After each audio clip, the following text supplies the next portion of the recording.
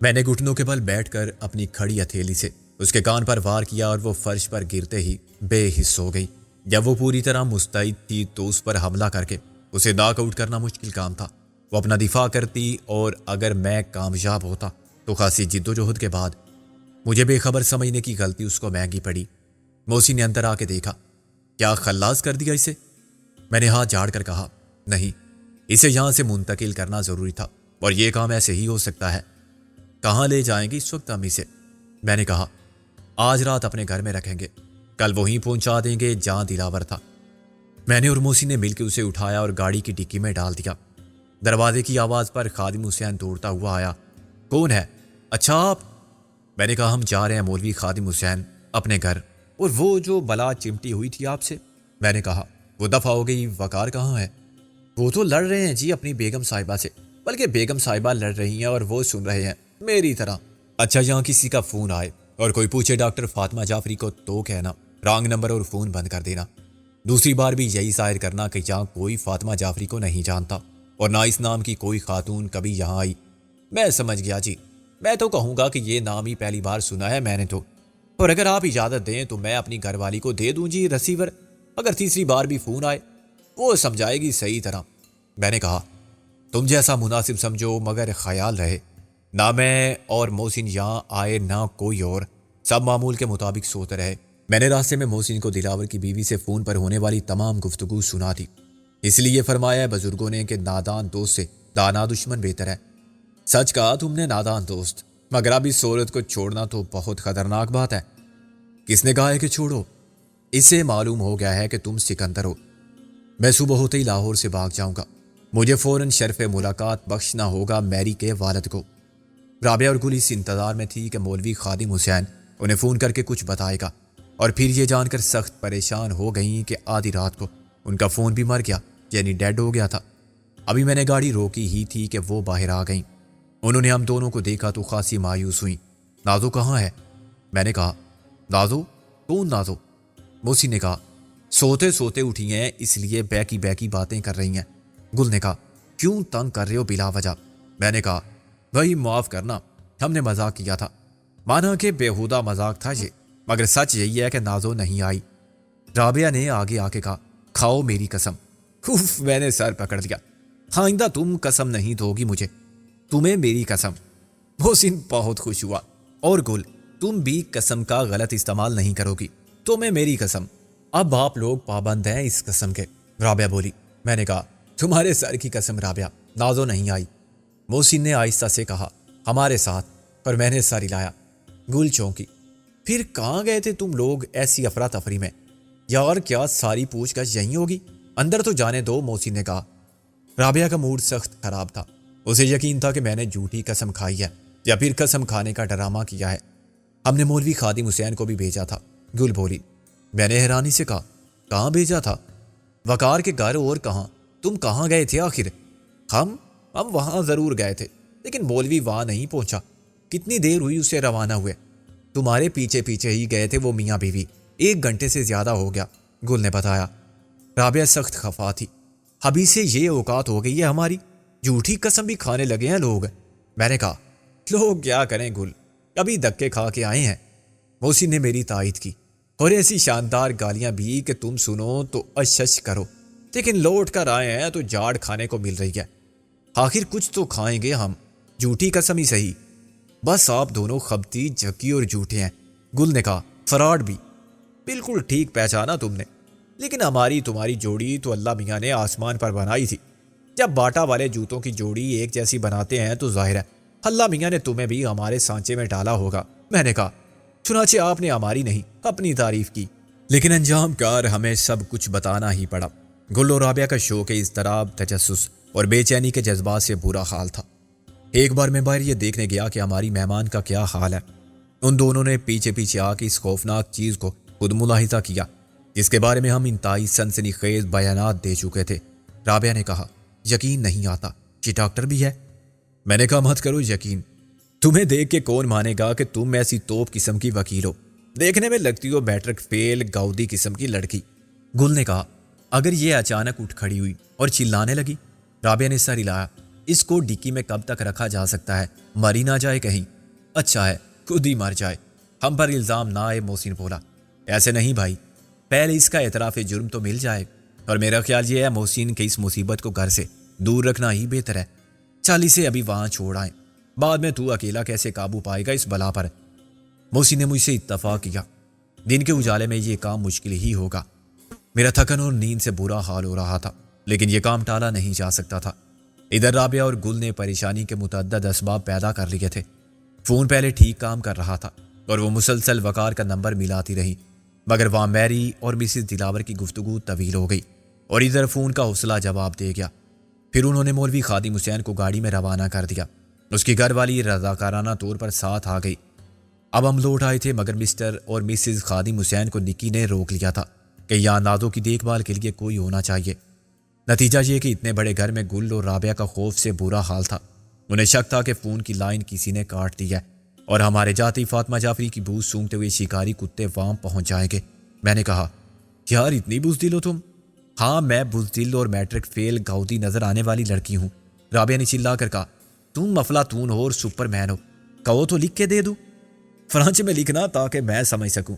میں نے کہا، گل اپنے شاندار ماضی کو یاد کرو۔ محسن بولا، کیسے تم سنسان راتوں میں گھوڑے پر جنگلوں میں پھرتی تھی، دنا دن گولیاں چلاتی تھی اور ناگ منی کے نام سے بڑے بڑے سورما کامتے تھے، اب تم اتنا ڈرنے لگی ہو؟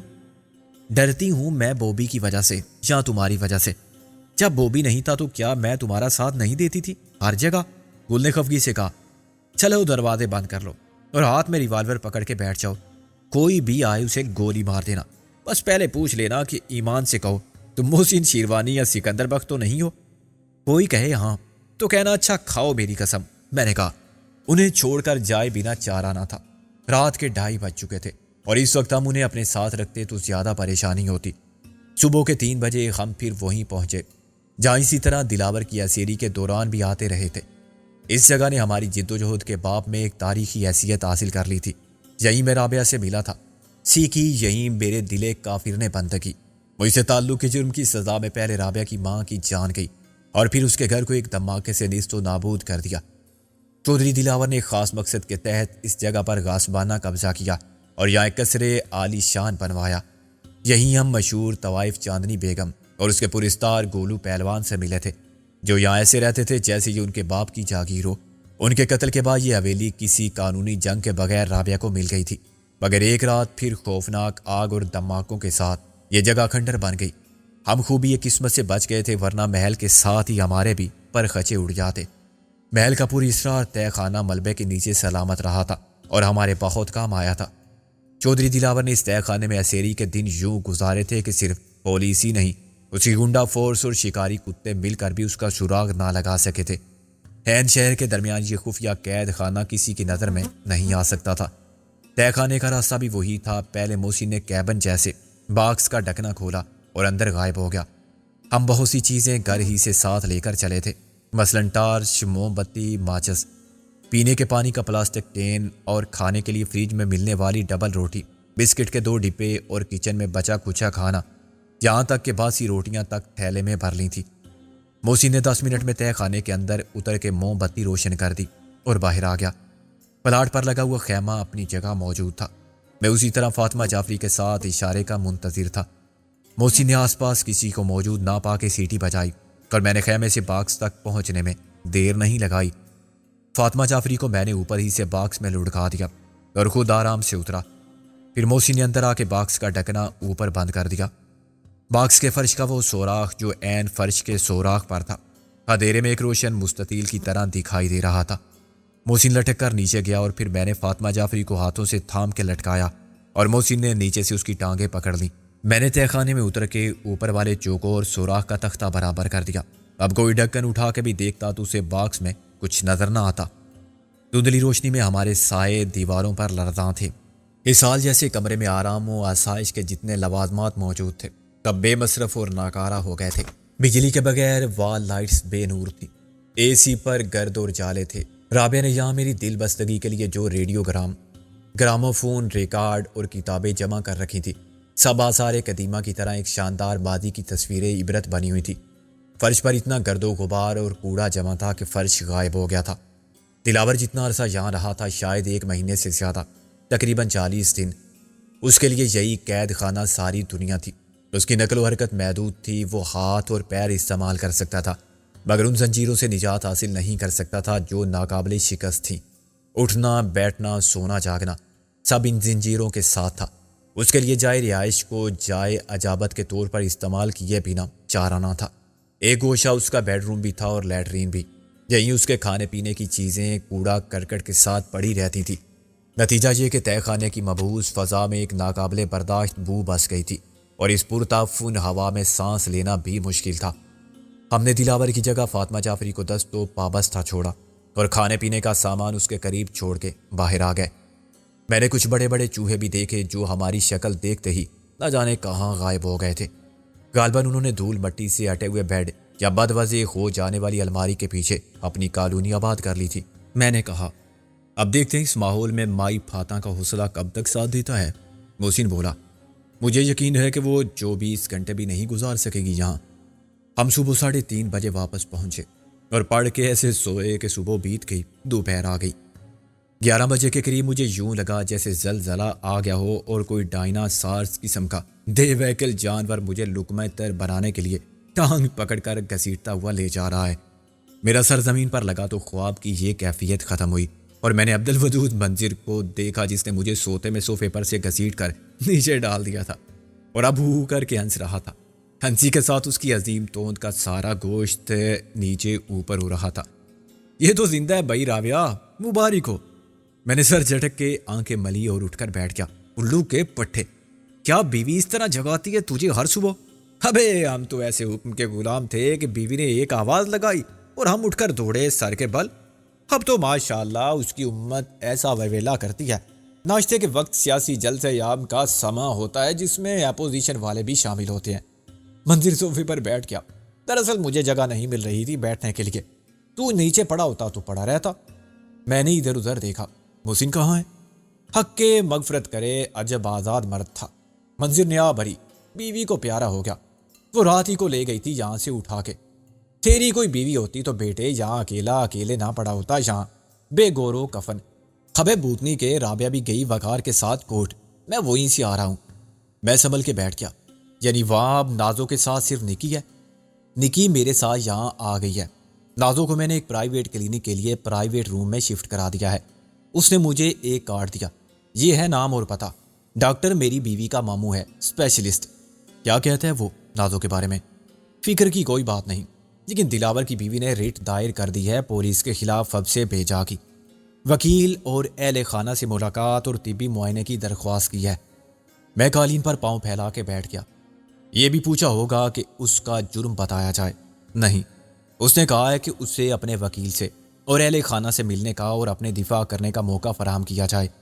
دوسری درخواست میں اس نے دلاور کے پرانے معالج کی رپورٹ کے حوالے سے کہا ہے کہ پولیس کی تحویل میں اس کی جان کو خطرہ ہے اور یہ اندیشہ ظاہر کیا ہے کہ تفتیش کے نام پر تشدد کیا گیا تو دلاور کی موت بھی واقع ہو جائے گی۔ عدالت اس کے طبی معائنے اور مناسب علاج کی سہولت فراہم کرنے کا حکم دے۔ یہ تو متوقع تھا۔ میں نے کہا، آج نوٹس جاری ہو جائے گا صوبائی سیکرٹری داخلہ کو اور عدالت شاید 24 گھنٹے میں آئی جی کو پیش ہو کے اپنا موقف بیان کرنے کی ہدایت کرے گی۔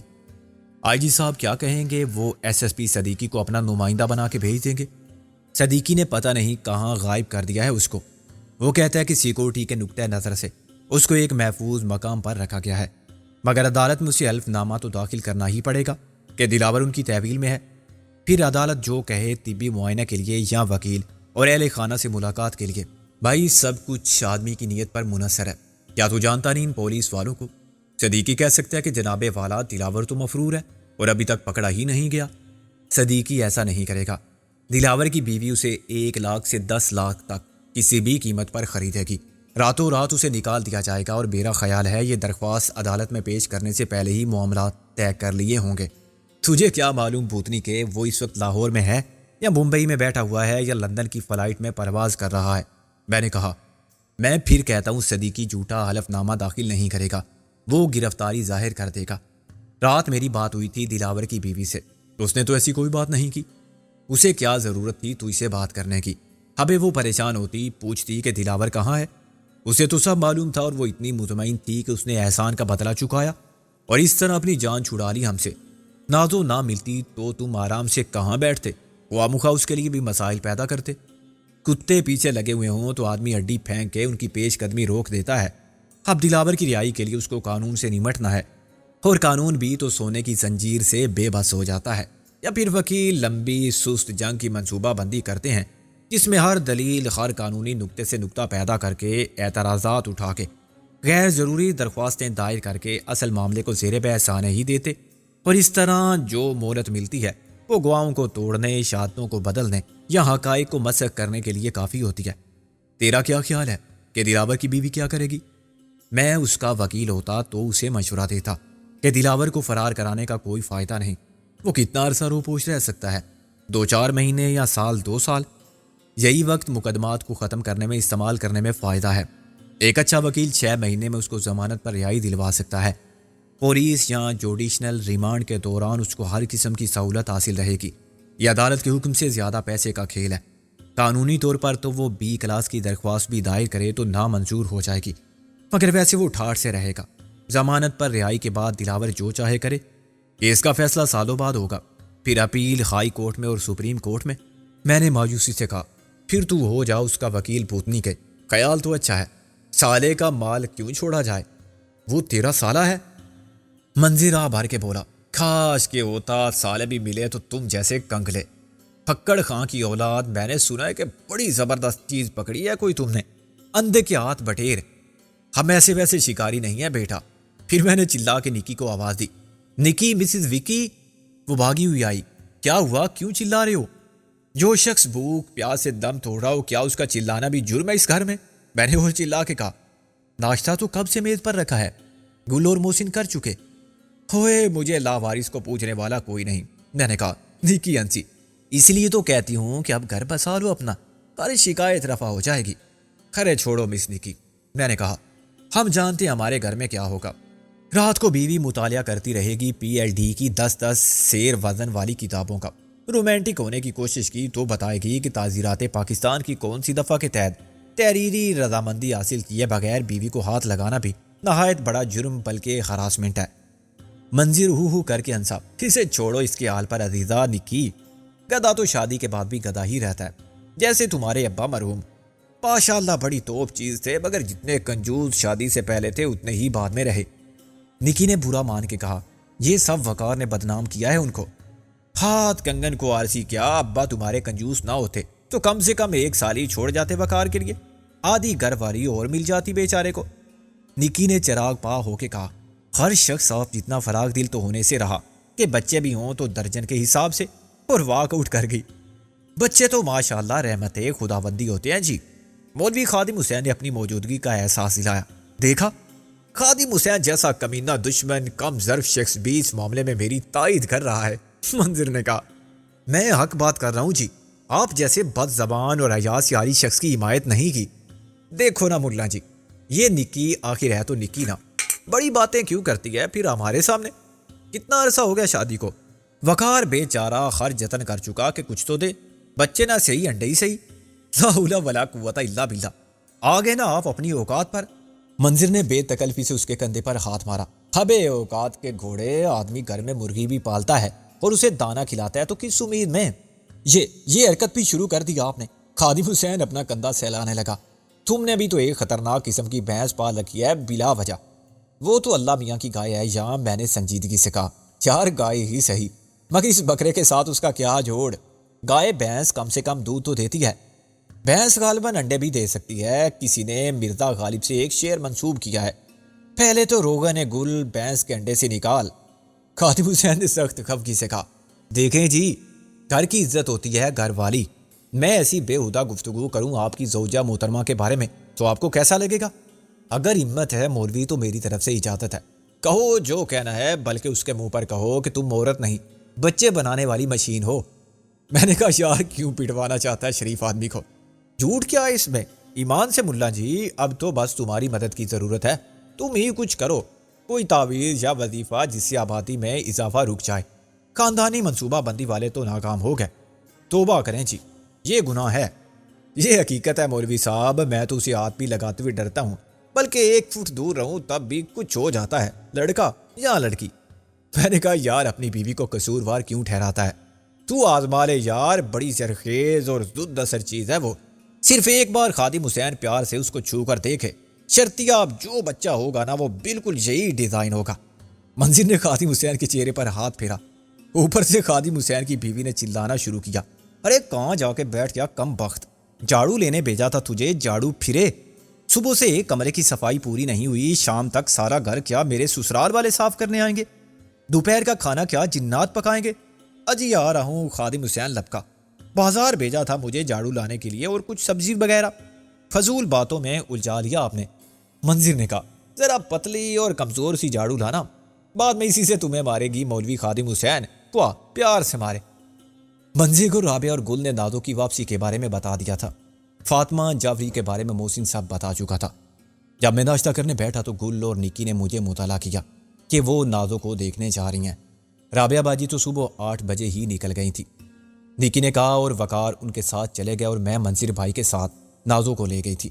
بڑا اچھا ہاسپٹل ہے، لیکن وہ ڈاکٹر جس نے نازو کو دیکھا وہ عجیب سا لگا مجھے۔ صورت سے بھی وہ ڈاکٹر لگتا ہی نہیں تھا، گوالا نظر آتا تھا، باتیں بھی ایسی ہی کر رہا تھا۔ میں نے ان سے کہا وہ منظر کا ماموں سسر ہے، اس کی بیوی کے سامنے ایسا مت کہنا۔ نکی ٹھیک ہی کہہ رہی ہے، پتہ نہیں کس نے اسے اتنا بڑا اسپیشلسٹ بنا دیا۔ معائنہ کرنے کے بعد مجھ سے پوچھ رہا تھا کہ اسے کیا ہوا ہے اور ابھی تک یہ ہوش میں کیوں نہیں آئی بھوتنی کا۔ نکی نے کہا اسے خود کلامی کی عادت ہے، جو سوچتا ہے وہ بولتا ہے۔ بعد میں کہنے لگا کہ ایسی تو کوئی بات نہیں، خیر چھوڑ جاؤ اسے، میں ٹھیک کر دوں گا۔ معلوم ہوتا تھا کہ کوئی مکینک ہے اور گاڑی کی بات کر رہا ہے، نکی نے کہا۔ میں نے پوچھ لیا کہ ڈاکٹر صاحب کوئی پریشانی کی بات تو نہیں ہے؟ لو جی، وہ میرے پیچھے پڑ گیا۔